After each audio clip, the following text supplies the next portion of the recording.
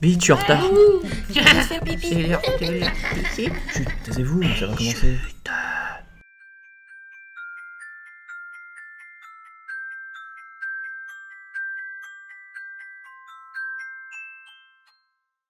Les tutos.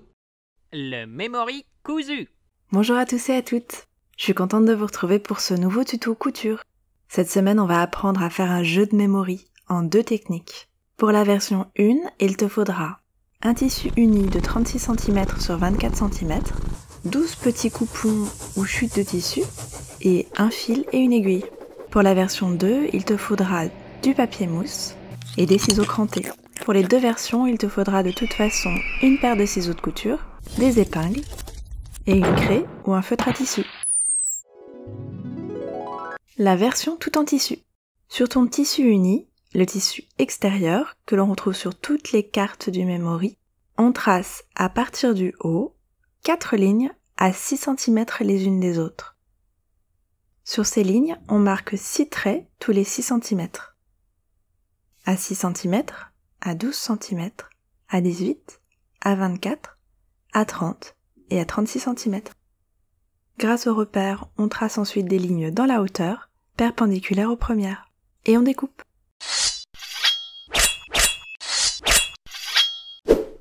Voilà pour l'extérieur. Pour les faces intérieures, les faces à motifs qui seront par paire, on fait dans chaque coupon 2 carrés de 6 cm sur 6 cm. Et on les découpe.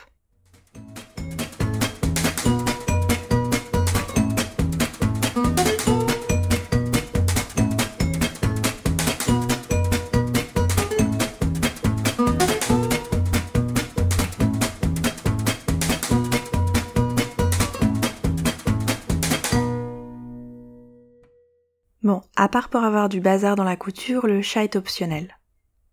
On va donc ensuite épingler chaque carré extérieur avec un carré intérieur à motif. On les épingle endroit contre endroit, c'est-à-dire le joli côté contre le joli côté.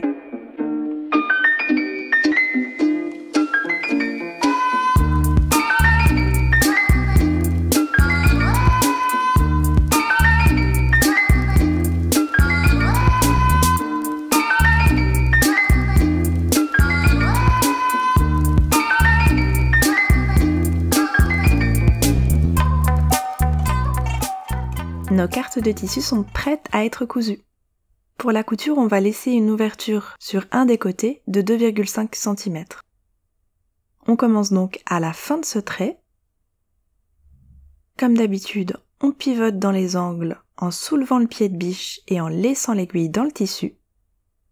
On poursuit la couture et on s'arrête au début de notre trait.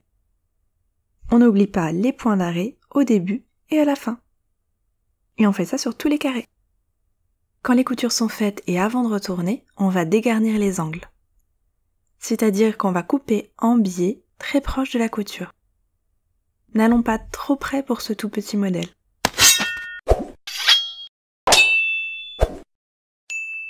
Et on retourne par l'ouverture laissée. On peut céder des ciseaux pour faire ressortir les angles.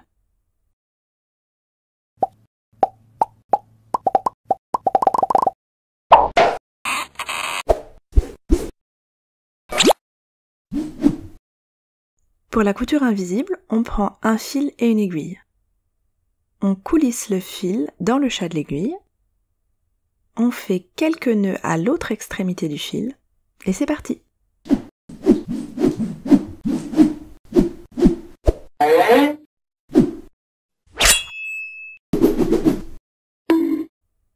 On prend un carré.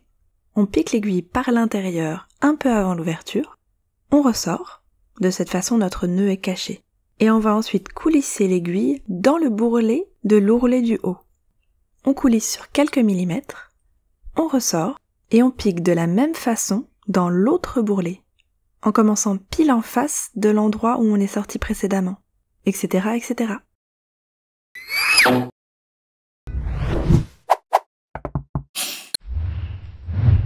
À la fin, on fait plusieurs nœuds collés au tissu, en gardant si possible le fil dans l'aiguille.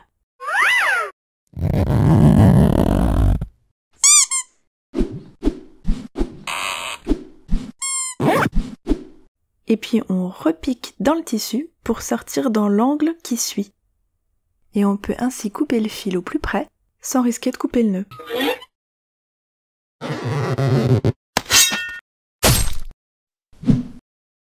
Et voilà. Après repassage, la version 1 est prête. La version 2, efficace et jolie, en mousse et en tissu. C'est ma version préférée car on ne risque pas du tout d'apercevoir le motif quand les cartes sont retournées. Et puis les bords crantés, c'est plutôt joli.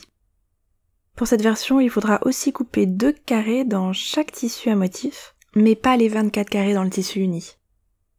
Pour chaque carré, on va rabattre les bords vers l'intérieur. On forme ainsi 4 petits ourlets. Au fer à repasser, c'est le plus simple. On va ensuite couper les angles un peu en biais. Pour ça, on déplie notre ourlet et on coupe au bord du pli.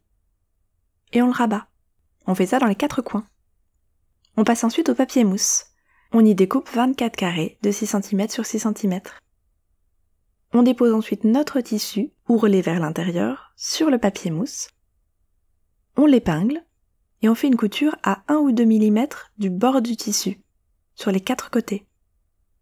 Prenez votre temps pour cette couture et si vous préférez, marquez vos lignes avant.